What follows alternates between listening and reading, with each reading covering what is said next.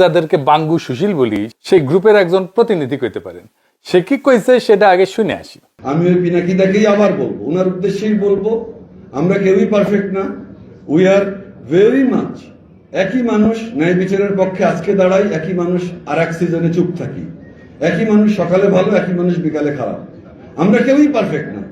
কোনো প্রথম আলো, কোনো মাসুদ আরিফিন, কোনো ডেইলি স্টার কেউই পারফেক্ট না। বাট তার জবাব এইটা হতে পারে না, আমাদের কোনো ইমপারফেকশন থাকলেও সেটা ডিরেক্টলি আলোচনার মাধ্যমে মোকাবিলা করা উচিত। এটা কোন ধরনের দেশ যে এখানে জ্বালিয়ে পুড়িয়ে দিয়ে তার মোকাবিলা হবে? আমার ওইটাই একটা কথা যে যে আমরা উচিত একটা টলারেন্ট সোসাইটি তৈরি করা, যে সোসাইটিতে ইউ আর স্টিল রেসপেক্টেড। আমি উনাকে বলছি, উনি দাবি করেছেন উনি করেননি, বাট আমি উনাকেই বলছি, we want a tolerant society যেখানে we are all respected and we are tolerated even when I strongly disagree with you and even when I actually don't like you. শুনেছেন তো? আচ্ছা মাসরুর, আপনি তো লেখাপড়া জানা মানুষ, সাকসেসফুল বিজনেস লিডার, সংবেদনশীল, তাছাড়া তো আর লেখালেখির ভূত থাকতো না। তো আপনি তো ভাই রাষ্ট্র সমাজের সংকটটাই বুঝেন না। কেমনে একটা পলিটিক্যাল সিচুয়েশনকে বুঝতে হয়, নেভিগেট করতে হয়, সেটা তো ভাই আপনার জানা নাই। আপনার কথা শুনে মনে হইতেছে পিনাকি ভট্টাচার্য মরে গেলে দেশ সুস্থির হইতো। কিছু বেকুব মনে করতো যে হাসিনা মরলে ফ্যাসিবাদের পতন হবে, ওই রকম আর কি। আপনি তো রুট কজ অ্যানালাইসিস বুঝেন, কেমনে করতে হয় জানেন। প্রথম আলো ডেইলি স্টার কেন হামলার শিকার হইলো বলেন তো আপনি করতে পারেন কিনা বলতে পারবেন? ওইটা আপনি করলে আপনি এই বক্তৃতা দিতেন না, বা জানেন কিন্তু বলবেন না, অন্য কথা বলবেন। এটা ভণ্ডামি, হিপোক্রেসি। আমি আজকে আপনারা দেখাই দিব কেন এটা হইল। মাহফুজা নাম দেখতে পায় না, তার অপরাধটা কি? এইভাবে সর্বপ্রথমবারের মতন প্রথম আলো ডেইলি স্টার অফিসে আগুন জ্বালালো কেন? কেন? আমরা কি অপরাধ করলাম? হাসিনাও দেখতে পায় না, তার অপরাধটা কি? অন্যভাবে দেশবাসীর কাছে আমি বিচার চাই, কি অপরাধটা কি করেছি। কিন্তু আপনি যদি প্রবলেমটা আসলে ফিক্স করতে চান, তাইলে আপনাকে রুট কজ অ্যানালাইসিস করে একটা সলিউশন, সমাধানের রাস্তা বের করতে হবে। আপনি যেহেতু ইন্টেলিজেন্ট, বেকুব এবং মাথা মোটা না, আপনার যেহেতু পার্সোনাল স্টেক নাই এই ঘটনায়, আমার আলোচনাটা মন দিয়ে শোনেন, তারপরে পাইলে বেকুব গুলোরে বুঝেন, আমারে বুঝানোর দরকার নেই আপনার। আমি রাষ্ট্রটারে ঠিক করতে চাই এবং আমি জানি কেমনে ঠিক করা যায়। আমি রাষ্ট্রটা ভাঙতে চাই না, শক্তিশালী করতে চাই, দুর্বল করতে চাই না। যারা মানব বন্ধন করতেছেন, প্রতিবাদ করতেছেন, রাষ্ট্রটা আপনাদের হাতেই ছিল, এখন আপনাদের হাতেই আছে। তা আপনারা তো এই রাষ্ট্র বানাইছেন, না বুঝেছেন রাষ্ট্র, না বুঝেছেন জনমানুষ সার্বভৌম ইচ্ছা, না বুঝেছেন রাষ্ট্রের মধ্যে থাকা কন্ট্রাডিকশন গুলা। আপনারা তো সত্যিকার অর্থে রাষ্ট্র বানানোর চেষ্টায় নাই, কারণ আপনারা কেউ, আমি দায়িত্ব নিয়ে বলতেছি, কেউ না, যারা এলিট আছেন রাষ্ট্রটা বুঝেন না। কিছু মনে করেন না, এটাই সত্য। আসেন আজকে একটা একটা করে বুঝাই দিই, এই বিষয়ে কিছু জিনিস বুঝাই দিই। আমি আশা করি ছাত্রদের, তরুণদের, রাজনৈতিক দলের নেতারাও শুনবে আর বুঝার চেষ্টা করবে, আর আমার দর্শকেরা তো বুঝবেনি। আসেন আল্লাহর নামে শুরু করি। প্রথম আলো ডেইলি স্টারের অপরাধটা কি সেটা আমরা শহীদ হাদির বক্তব্য শুই না, তারপরে আলাপে ঢুকবো। আগে শোনেন হাদির বক্তব্য। প্রথম আলো কথাটা বলা খুব ক্রাইসিস আমাদের জন্য। এরপর এটুকুন বলি, দেখেন আমরা অনেকে প্রথম আলোকে শুধু একটা পত্রিকা মনে করি, এইটা আমাদের দেখবার ভুল। প্রথম আলো হলো বাংলাদেশে এমন একটি প্রতিষ্ঠান, এমন একটি এজেন্সি যে একটা প্যারালাল রাষ্ট্র। আবার বলছি, প্রথম আলো একটা প্যারালাল রাষ্ট্র। এই কারণে একটা রাষ্ট্রের যেরকম অনেকগুলো উইং থাকে, যে উইং গুলো তাকে ফাংশন করে, প্রথম আলোর এমন কোনো উইং নাই যে উইং সে মেনটেন করে না। পত্রিকা এটা তার একটা ভার্সন, কিন্তু আপনি দেখেন না, এই পুরো গত 15-17 বছরে ফ্যাসিবাদের বয়ান নির্মাণে সব থেকে যে ন্যারেটিভ নির্মাণে যে সাহায্য করেছে এলিট ওয়েতে, সেটা প্রথম আলো। 101টা প্রমাণ দিতে পারবো সামনে বসে, এখন আমাকে সময় দিলে একদম তার কোটা আমার ফোনে আছে, আমার ফোনে সব যে সে কি রিপোর্ট করেছে সবগুলো আছে। কিন্তু আপনি ভাবেন হওয়ার কথা ছিল কি, এখন তো সে ভয়ে থাকার কথা, অ্যাটলিস্ট সে তার এই যে ফ্যাসিবাদের সে আপনি ভাবেন তারা খালেদা জিয়াকে নিয়ে নিউজ করেছে। এই আজকেও দেখলাম যে বসুন্ধরার কাছে খালেদা জিয়ার কনসেন্ট নিয়ে 100 কোটি টাকা চেয়েছে তারেক রহমান, হেডলাইন। এখন এই যে বিএনপিকে ভিলেনাইজ করে তোলা, এইটা কি আসলে বিএনপি করেছে, অথবা বিএনপি এটার বিরুদ্ধে মামলা করেছে? মামলা কিন্তু করে নাই। এখন এরকম একটা তো কথা আমি আপনাকে শুধু কেন বললাম, আপনি প্রথম আলোকে বুঝতে হলে, আমি অনেক আগে একটা টকশোতে একটা শব্দ ব্যবহার করেছিলাম, আজকে আবার বলি, এটা হলো প্রথম আলো সিনড্রোম। প্রথম আলো সিনড্রোম হলো, আপনি ভাবেন, সে সরকার পড়ে যাবার পরে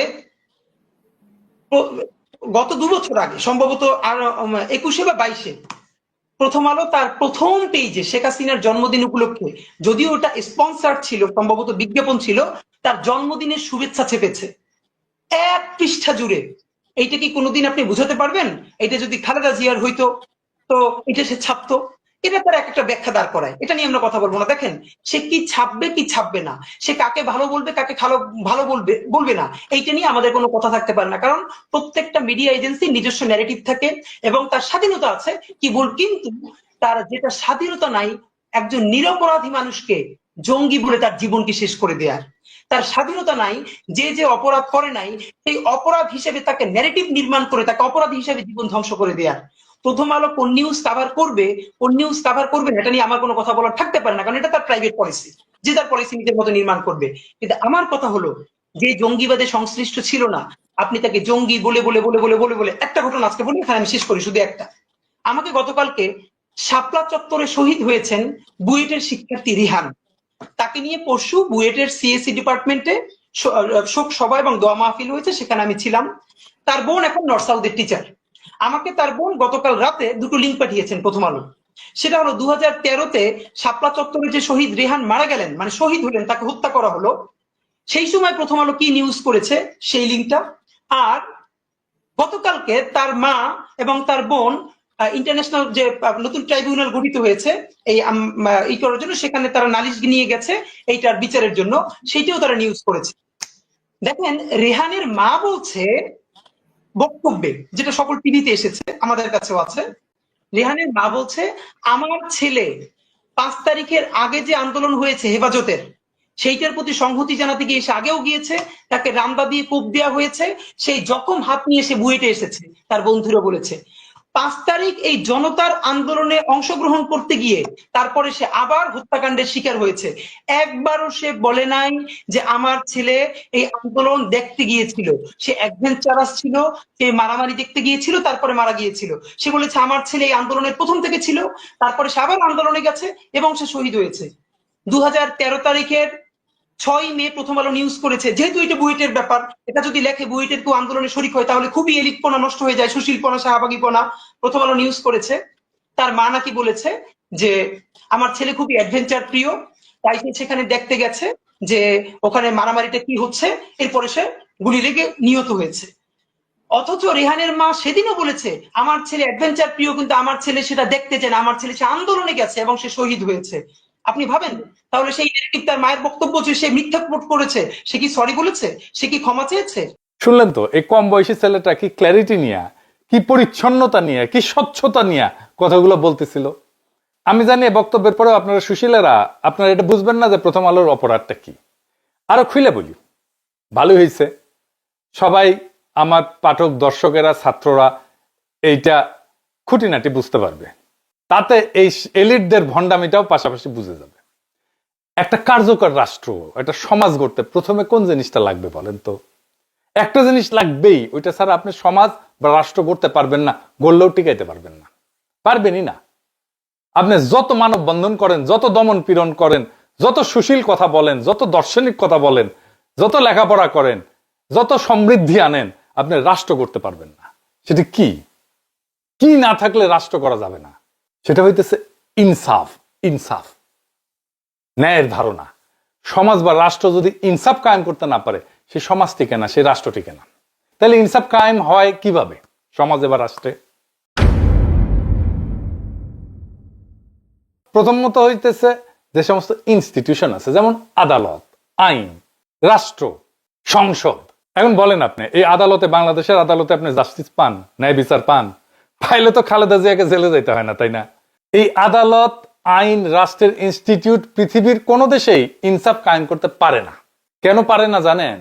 অনেকগুলো কারণ আছে, তার মধ্যে একটা বড় কারণ হইতেছে মানুষের সেন্স অফ জাস্টিস বা মানুষের ন্যায়ের ধারণা, ইনসাফের ধারণা, এইটা বলে একটা জিনিস থাকে।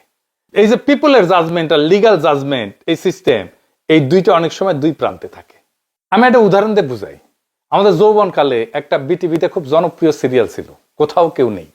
হুমায়ুন আহমেদের লেখা, আসাদুজ্জামান নূর আর শোভানা মোস্তফা অভিনয় করেছিল। আসাদুজ্জামান নূর একজন মাস্তান, পাড়ার মাস্তান, সংবেদনশীল মাস্তান 70 দশকে যেমন থাকতো আর কি, তারে একটা মিথ্যা খুনের মামলায় ফাঁসিয়ে দেওয়া হয়। একটা অংশ দেখেন, যদিও দুই অভিনেতা অভিনেত্রী আওয়ামী ফ্যাসিবাদের পান্ডা, কালচারাল ফ্যাসিস্ট, তাও দেখেন। এসব ছেড়ে দিতে পারেন না? অনেক তো করলেন।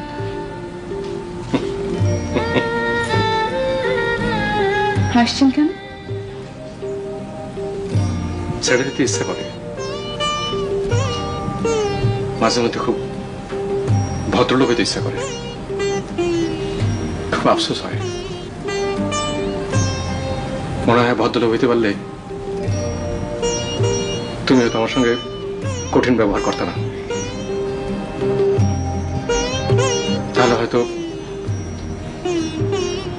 এটা পার্কে তোমাকে নিয়ে আমি হাঁটতে পারতাম। আজ আপনার কি হয়েছে বাকি ভাই? কিছু হয় নাই। আচ্ছা আমি যাই। তো আসাদুজ্জামান নূরের ক্যারেক্টারের নাম ছিল বাকের ভাই। এই বাকের ভাইয়ের ফাঁসি দেয় আদালত। টিভি নাটক, বাস্তবের ঘটনা না কিন্তু। কিন্তু নজিরবিহীন ভাবে মানুষ রাস্তায় নেমে আসে, ভাঙচুর শুরু হয়, পুলিশ মোতায়েন করতে হয়। হুমায়ুন আহমেদকে হুমকি দেওয়া হয় যেন বাকের ভাইকে ফাঁসি দেওয়া না হয় পর্দায়, টিভিতে। আচ্ছা, এইবার মাসরুর আরেফিন, আপনি বলেন তো, পর্দার একজন ফিকশনাল ক্যারেক্টার, এইটার জন্য এইভাবে মানুষ রাস্তায় নেমে আসছিল কেন? বলতে পারবেন? আমি জানি বলতে পারবেন না। বলবেন আবেগ টাবেগ ইত্যাদি মেলা কিছু, নস্টালজিয়া। এইখানে মানুষের সেন্স অফ জাস্টিস আক্রান্ত হয়েছিল, ন্যায়ের ধারণা, ইনসাফের ধারণা আক্রান্ত হয়েছিল। মানুষ মনে করছিল আরে এটা তো বেইনসাফি, তাই টেলিভিশনে হইলেও সেটা ঠেকাইতে গেছিল। আবেগে না, নস্টালজিয়ায় না, এটা একটা কালেকটিভ মরাল শক ছিল তার জন্য। আপনি দেখবেন যে গাড়িতে, মানে পাবলিক ট্রান্সপোর্টে, ওই এসি গাড়িতে না, এই সাধারণ গাড়িতে, রিক্সায় পিছনে অশুদ্ধ বাংলায় লেখা থাকে মানুষের বিবেকের আদালতই মানুষের সর্বোচ্চ আদালত। ওরা গভীর দার্শনিক আলাপকে খুব সহজভাবে এইভাবে লিখে, বুঝতে পারছেন? তো কেন আপনার ইনস্টিটিউশনাল আদালত, আইন, এই যে পিপলের জাস্টিস বা ন্যায়ের ধারণাকে রিফ্লেক্ট করতে পারে না, এটাকে ধারণ করতে পারে না? জানেন এটা কেন পারে না? এই জন্যই গান লিখতে হয়, বিচারপতি তোমার বিচার করবে যারা আজ জেগেছে সেই জন্য। গান গাওয়ার জন্য তো দিওয়ানা হয়ে যান আপনারা, কিন্তু গান কোন দার্শনিক জমিনে জন্ম নিয়েছে সেটার হদিশ কখনো রাখেন না। এটাই আফসোস। আসেন আমরা বুঝি যে কেন এই যে লিগ্যাল সিস্টেম, এইটা রিফ্লেক্ট করতে পারে না জনমানুষের ন্যায়ের ধারণাকে। প্রথম কারণ হইতেছে আইন তো পুরনো হয়ে যায়, তাই না? ধরেন শ্রম আইন 2006 সালে, বাংলাদেশের শ্রম আইন যেটা 2006, এটা প্রণীত হয় 2006 সালে। তারপরে 2013-তে একবার সংশোধন হয়, 2018-তে একবার সংশোধন হয়, 2023-এ একবার সংশোধন হয়। কারণ মানুষের সেন্স অফ জাস্টিস পরিবর্তিত হয়, মানুষের ন্যায়ের ধারণা পরিবর্তিত হয়। একটা বাস্তব উদাহরণ দিই। বাংলাদেশ স্বাধীন হওয়ার পরে 20 বছর পর্যন্ত তো আমাদের কারো কোনো সমস্যা হয় নাই এটা মাইনে নিতে যে নির্বাচিত সরকারই সংসদ নির্বাচন অনুষ্ঠিত করবে, সিটিং গভর্নমেন্ট। কিন্তু এখন আমরা কেউই মনে করি না যে নির্বাচিত সরকার, সিটিং গভর্নমেন্ট, এটা অবাধ নিরপেক্ষ নির্বাচন অনুষ্ঠিত করতে পারে। সেই জন্য আসলে তত্ত্বাবধায়ক সরকারের আইন, বুঝলেন তো? আমাদের ইনসাফের ধারণা, ন্যায়ের ধারণা পরিবর্তিত হয়ে গেছে। তাই আমাদের আইনি ব্যবস্থাকে মানুষের মধ্যে থাকা যে ইনসাফের ধারণা, এইটার কাছাকাছি নিয়ে আসতে হয় সবসময়। মানুষের ইনসাফের ধারণা পাল্টায়, বদলায়, আমাদের আইনি কাঠামোকে তার কাছাকাছি নিয়ে আসতে হয় ক্রমাগত। কিভাবে রাষ্ট্র এই কাজটা করে জটিল মনে হইতেছে না? জটিল মনে হবে না, সব চালায় বুঝে যাবেন। সব রাষ্ট্র না, কিছু রাষ্ট্র এই কাজটা করে, আইনি কাঠামোকে মানুষের ন্যায়ের ধারণার কাছাকাছি নিয়ে আসে। কিভাবে? 3 ভাবে করে। প্রথম ভাবে হচ্ছে সংসদে আইন বানায়। সংসদের একমাত্র কাজ হচ্ছে আইন বানানো, যেন মানুষের মধ্যে থাকা ইনসাফের ধারণা এই নতুন আইনের মধ্যে থাকে। আইন বানানো ছাড়া সংসদের আর কোনো কাজ নাই। এই জন্যই আমরা ভোটে নির্বাচিত সংসদ সদস্যকে দিয়ে আইন বানাই, আইনের পিএইচডিকে দিয়ে আইন বানাই না। বোঝা গেল? মানে সংসদ এটা খুবই গুরুত্বপূর্ণ প্রতিষ্ঠান সমাজে ইনসাফ কায়েম রাখার জন্য। কিন্তু এই নির্বাচনে দেখেন কি বলতেছে সবাই। বিএনপি বলতেছে এই দেবো, ওই দেবো, সেই দেবো, ফ্যামিলি কার্ড দেবো, রাস্তা বানাই দেবো, কালভার্ট বানাবো, চাকরি দেবো। কিন্তু মূল যে কাজ, সমাজে ইনসাফ কায়েম করবো, এটা ধারে কাজ দেওয়া যায় না কেউ।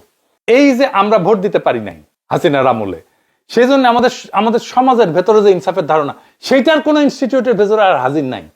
সেই জন্য ভোটে দিতে কারচুপি বন্ধ করা, এটা শুধু অবাধ নির্বাচনের জন্য দরকার না, সমাজে ইনসাফের ধারণা যেন কলুষিত না হয় সেজন্যও দরকারি কারচুপি যেন বন্ধ হয়, নির্বাচনে ফেয়ার যেন হয় ইলেকশনটা। এখন ধরেন আইন বানাইতে তো টাইম লাগে, তো এই টাইমের মধ্যে আমি কিভাবে চেষ্টা করব যে সমাজের ইনসাফের ধারণাকে আইন এবং বিচারের মধ্যে প্রতিফলিত করতে। এখানে আসে দ্বিতীয় পদ্ধতি, আদালতের জুরি সিস্টেম। সেটা আবার কি?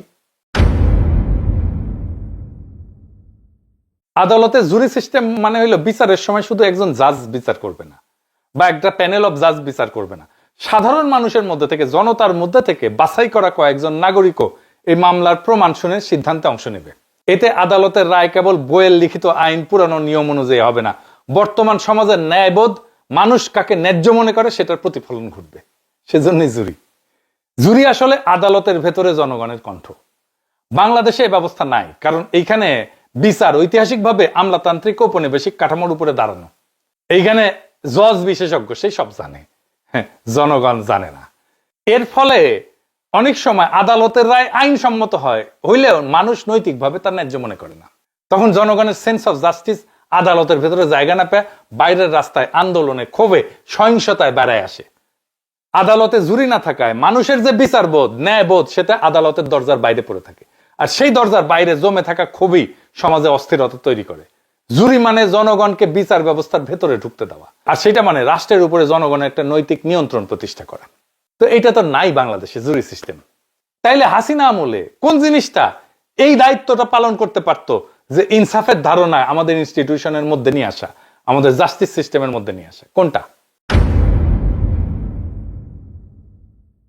সেটা হইতেছে মিডিয়া। হাসিনা ওইগুলোকে সিস্টেমেটিক্যালি বন্ধ করে দিচ্ছে, আমার দেশ বন্ধ করে দিচ্ছে, দিগন্ত টিভি বন্ধ করে দিচ্ছে। মিডিয়া জনগণের যে সেন্স অফ জাস্টিস, ইনসাফের ধারণা, এটা তুলে ধরতে পারে। কারণ দার্শনিকভাবে মিডিয়াই সেই জনপরিসর যেখানে আইন না, নৈতিক বৈধতা গঠিত হয়, সত্য তৈরি হয়, ন্যারেটিভ তৈরি হয়। আর মিডিয়া যদি এই দায়িত্ব ছেড়ে দিয়ে কেবল ক্ষমতার ভাষা অনুবাদ করে, তাইলে জনগণের সেন্স অফ জাস্টিস বা ইনসাফের ধারণা আদালতে বা সংসদে না, রাস্তায়, ক্ষোভে, সহিংসতায় প্রকাশ পায়। ইতিহাসে বারবার দেখা গেছে মিডিয়া নীরব হলে ন্যায় বিচার শব্দ হারায়, আর শব্দ হারাইলে মানুষ তখন শরীর দিয়ে কথা বলতে চায়। ফরাসি দার্শনিক এতিয়ান বালিভার উনি বলছেন যে counter violence born from exclusion. আপনি যখন আমার কণ্ঠস্বরকে থামাই দিবেন, বন্ধ করে দিবেন, তখন এটা ভায়োলেন্স হিসাবে বাড়ায় আসে, সহিংসতা হিসাবে বাড়ায় আসে। ওই যে হাদি বলছে না শহীদের মায়ের কথা, এটা শুধু চাপাই দেয় নাই প্রথম আলো, সে তার বক্তব্যকে বিকৃত করছে। আবার দেখেন ওই অংশটা, রিতা সাহেব। আমাকে গতকালকে শাপলা চত্বরে শহীদ হয়েছেন বুয়েটের শিক্ষার্থী রিহান, তাকে নিয়ে পরশু বুয়েটের সিএসসি ডিপার্টমেন্টে শোক সভা এবং দোয়া মাহফিল হয়েছে, সেখানে আমি ছিলাম। তার বোন এখন নর্থ সাউথের টিচার। আমাকে তার বোন গতকাল রাতে দুটো লিঙ্ক পাঠিয়েছেন প্রথম আলো। সেটা হলো 2013-তে শাপলা চত্বরে যে শহীদ রেহান মারা গেলেন, মানে শহীদ হলেন, তাকে হত্যা করা হলো, সেই সময় প্রথম আলো কি নিউজ করেছে সেই লিঙ্কটা। আর গতকালকে তার মা এবং তার বোন ইন্টারন্যাশনাল যে নতুন ট্রাইব্যুনাল গঠিত হয়েছে এই করার জন্য, সেখানে তারা নালিশ নিয়ে গেছে এইটার বিচারের জন্য, সেইটাও তারা নিউজ করেছে। দেখেন রেহানের মা বলছে বক্তব্যে, যেটা সকল টিভিতে এসেছে, আমাদের কাছেও আছে, রেহানের মা বলছে আমার ছেলে 5 তারিখের আগে যে আন্দোলন হয়েছে হেফাজতের, সেইটার প্রতি সংহতি জানাতে গিয়ে সে আগেও গিয়েছে, তাকে রামদা দিয়ে কোপ দেওয়া হয়েছে, সেই জখম হাত নিয়ে সে বুয়েটে এসেছে, তার বন্ধুরা বলেছে। 5 তারিখ এই জনতার আন্দোলনে অংশগ্রহণ করতে গিয়ে তারপরে সে আবার হত্যাকাণ্ডের শিকার হয়েছে। একবারও সে বলে নাই যে আমার ছেলে এই আন্দোলন দেখতে গিয়েছিল, সে অ্যাডভেঞ্চারাস ছিল, সে মারামারি দেখতে গিয়েছিল, তারপরে মারা গিয়েছিল। সে বলেছে আমার ছেলে এই আন্দোলনের প্রথম থেকে ছিল, তারপরে সে আবার আন্দোলনে গেছে এবং সে শহীদ হয়েছে। 2013 তারিখের 6 মে প্রথম আলো নিউজ করেছে, যেহেতু এটা বুয়েটের ব্যাপার, এটা যদি লেখে বুয়েটের কেউ আন্দোলনে শরিক হয় তাহলে খুবই এলিটপনা নষ্ট হয়ে যায়, সুশীলপনা, শাহবাগীপনা।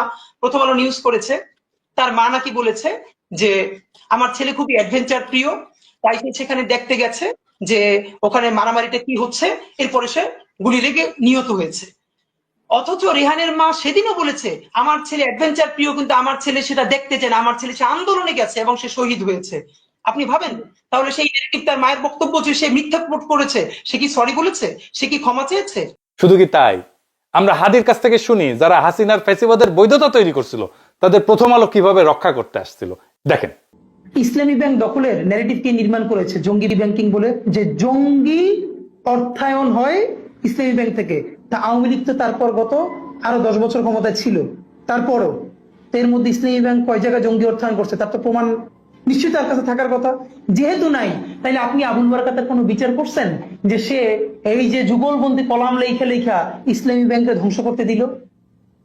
কই, বরং কি হইল, আবুল বারাকাতের আমলে কি সুশীল, অথচ তার সময় কত টাকা জনতা ব্যাংক থেকে বেহাত হয়েছে আওয়ামী লীগের কাছে। আপনি যখন ঘৃণা ভরে তার বিরুদ্ধে মামলা করবেন, কেন? যদি হাসিনা প্রধানমন্ত্রী থাকার কারণে হাসিনার র্যাবের প্রধান গুলি করে মানুষ মারলে তার যদি দায়ভার হাসিনার উপর যায়, তাহলে জনতা ব্যাংকের চেয়ারম্যান থাকার পর জনতা ব্যাংক থেকে যে হাজার হাজার কোটি টাকা পাচার হয়েছে তার দায় আবুল বারাকাতের উপরে যাবে না? না, সেটা আবার যাবে না। এই হলো বঙ্গবুদ্ধিজীবিতা। বরং তারে যখন সেইটার জন্য অ্যারেস্ট করা হবে, তখন প্রথম আলোতে যুগলবন্দি কলম আসবে, আমরা একজন শিক্ষকের এইরকম অবমাননা দেখতে চাই না। অথচ এই শিক্ষক অর্থ পাচারকারী শুধু না, ব্যাংক লুটেরাদের ন্যারেটিভ নির্মাণ করছে। এরকম তো 50 জনের নাম বলতে পারবো। তাদের ব্যাপারে আমাদের ডকুমেন্টেশন কই? তো বাংলাদেশের জনগণের ভোটের অধিকার নাই, কথা বলার অধিকার নাই, জুরি সিস্টেম নাই, কিন্তু মিডিয়া সেই ফাংশনটা নিতে পারতো, নেয় নাই। শুধু যে নেয় নাই তাই না, তারা ফ্যাসিবাদের পক্ষে দাঁড়াইছে। হাসিনার বিরোধী মত দমনের অন্যতম হাতিয়ার জঙ্গি ন্যারেটিভ, এটা কারা বানাইছে? প্রথম আলো বানাইছে। কত নিরীহ মানুষকে ক্রস ফায়ারে দিছে, আয়না ঘরে নিছে, বাড়ির মধ্যে ঢুকে বাইরে থেকে সিটকানি লাগাই দিয়ে উড়াই দিছে বাড়ি বোমা দিয়ে। কোনো হিসাব আছে? কত মানুষ এমন আর্টিকেল ছাপাইছে যে একজন রিলিজিয়াস মুসলিম যে প্র্যাকটিসের মধ্যে দিয়ে, জীবন চর্চার মধ্যে দিয়ে যায়, সেটারে জঙ্গি বলে তকমা দিছে। আপনার সন্তান জঙ্গি হচ্ছে না তো? পরে দেখেন, আপনার দেখবেন একজন রিলিজিয়াস মুসলিম যা যা প্র্যাকটিস করে সেটাকে জঙ্গি হিসেবে ট্যাগ দিছে এখানে। সাহেব দেখেন, জঙ্গি হিসেবে তাদের কত কত কতগুলো লেখা লিখছে, কত দেখেন, একটার পর একটা দেখান। দেখাইতে গেলে আজকের এপিসোড আর শেষ হবে না। তাই জাস্টিস সিস্টেম বা আইন আদালত আর জনগণের সেন্স অফ জাস্টিস, এই দুইটার মধ্যে দেয়া নেয়া বা সার্কুলেশন বন্ধ হইলে জনরোষ জন্মায়। এই জনরোষ সিস্টেম ফেলিয়ারের বাই প্রোডাক্ট। জনগণ বিশৃঙ্খলা করতে চায় না, জনগণের এজেন্ডা না এটা, সে শান্তি চায়। বিশৃঙ্খলা আসে যখন তার এজেন্ডায়, তার কথায় কেউ কর্ণপাত করে না। বিপ্লবের পরে প্রথম আলোতে গিয়া ছাত্র উপদেষ্টারা বই প্রকাশ করলো, প্রোগ্রাম করলো। জনগণ বিস্ময়ের সাথে লক্ষ্য করলো, যাদের এই ফ্যাসিবাদ কায়েমের জন্য জেলে নেওয়া দরকার ছিল, জবাবদিহিতার মধ্যে আনার দরকার ছিল, তারাই ম্যানেজ করে ফেললো বিপ্লবের মধ্যে থেকে তৈরি হওয়া ক্ষমতাকে। কি তামাশা! 1971-এর ক্ষত যেমন মেরামত করতে হবে, ঠিক একইভাবে হাসিনার দীর্ঘ শাসন আর 24-এর ক্ষত নিরাময় করতে হবে। এইটা যে ক্ষত, সেটাই তো স্বীকার করে না। প্রথম আলো ডেইলি স্টার জিন্দেগিতে ক্ষমা চাইছে যে আমরা 111 করছি, বিদেশি 2 রাষ্ট্রের সাথে ঘুটু কইরা। এটা তো রাষ্ট্রদ্রোহ। রাষ্ট্রদ্রোহ ইন্ডিয়া আর আমেরিকার সাথে ঘুটু কইরা 111 করছে, তার সাথে আর্মি। প্রথম আলো ডেইলি স্টার করছে, কোনোদিন মাপ চাইছে? মাপ চাই নাই।